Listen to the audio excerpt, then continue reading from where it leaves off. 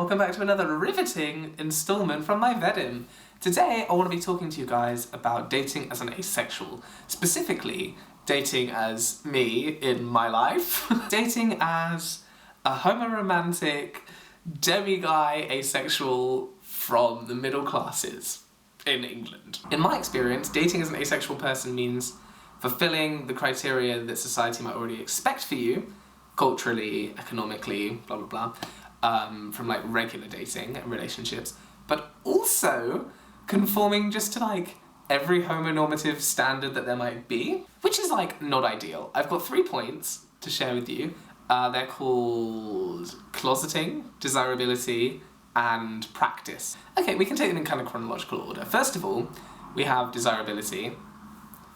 Kind of does what it says on the tin. As an asexual person, you generally experience no sexual attraction. I experience aesthetic attraction, romantic attraction, like sometimes sexual attraction, but it's like, And the thing is, I'm very aware of my own tastes or preferences and the like. And because I don't exclusively chase after asexual partners or demisexual or grey sexual partners, just, you know, try my luck, generally. And it means whether I like it or not, I'm to some extent versed in like the language or the logic of sexuality, homosexuality, and what that means, you know? And by this I mean like modes of flirting, innuendo, dress, innuendo, I guess, like with dress, I don't know, movement, dance, scenes, places, and the sexual coding of places, the way that desire is attached to these like very mundane, either bodily or geographic or aesthetic practices. This sounds like an overly verbose way to put it, right? But that's really what's hidden in the structure of modern sexuality, I would suggest. And to be asexual is to not really desire these things on an intrinsic level, but to nonetheless really work overtime to understand, exploit them, to achieve, as we also want to do, some form of like normative relationship. And to me that's subconscious, it's almost like internalized. So that was my experience with desirability, but just quickly as an aside, because I'm not really qualified to talk about it, it was brought up to me a while ago by a friend of mine who is a person of colour and identifies on the A spectrum, that for non-white people, as well as this kind of whole like desirability nexus to contend with, there's also like a racial or exoticized nexus to contend with, in which races can be either hypersexualized, desexualized, a bit of both at the same time, by others in position of power or of whiteness.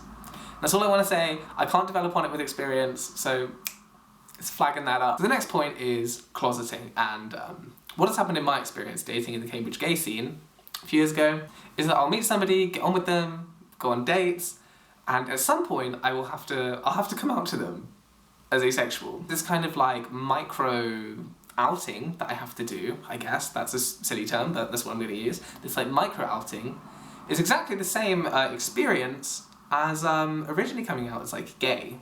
For me. And it's like a hard thing to do once you've established a rapport with somebody and you're getting on and you've been like feeding into this like desirability that I just talked about that is, I believe, closely related to like sex and sexuality. So then be like, oh, by the way, haha, lol.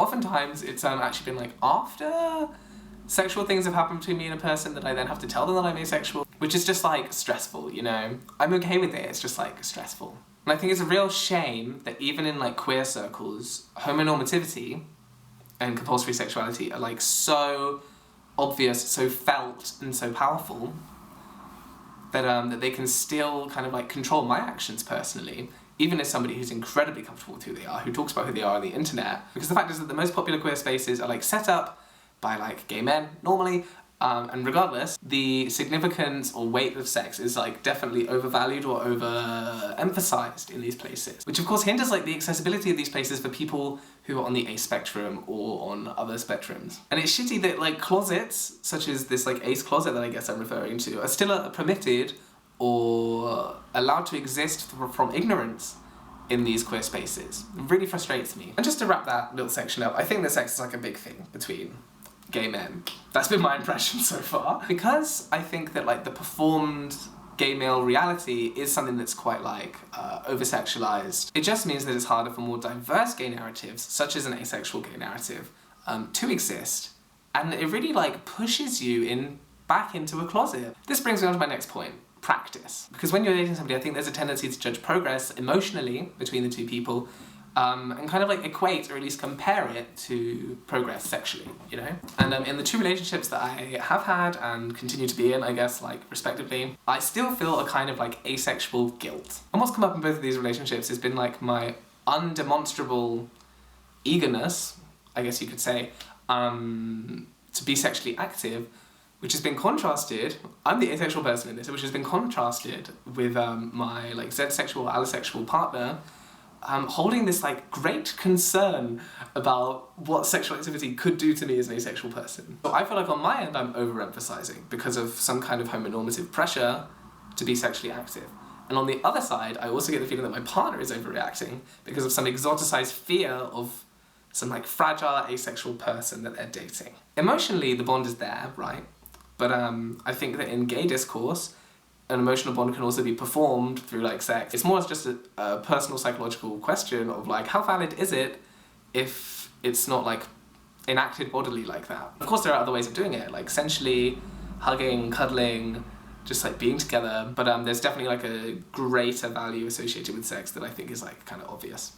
So there we go, desirability, closeting, practice. I think all of these are underpinned, or maybe like overpinned, by a specific form of homonormativity that is like white and classed that I have been exposed to in the past few years. This being said, I haven't dated another asexual person. I have really only dated like the gays of Cambridge.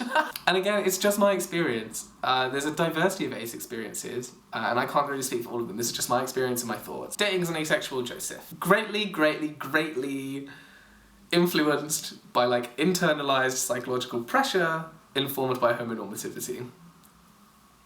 That's me! See you tomorrow!